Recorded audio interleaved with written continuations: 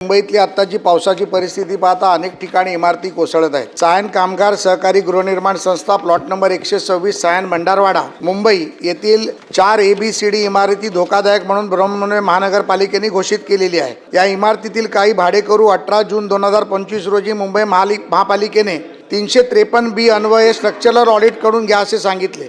Structural audit केल्यानंतर सदर इमारती धोकादायक असल्याचं महापालिकेने अधिकाऱ्यांना पत्र दिलं।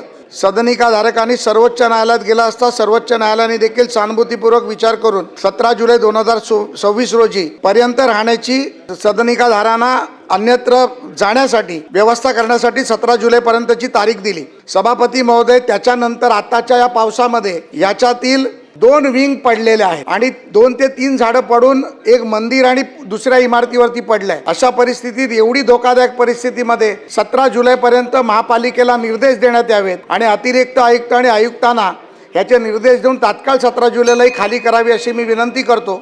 सदर बाबतीत सभापती महोदय मी सगळे फोटो पण लावलेत, हे आपल्या माध्यमातून पटलावर देतो, ते आयुक्तांना द्यावे आणि प्रभारी मंत्र्यांनी याबद्दल 1 मिनिट निवेदन करावे मी शंभूराजे देसाईंना विनंती करतो।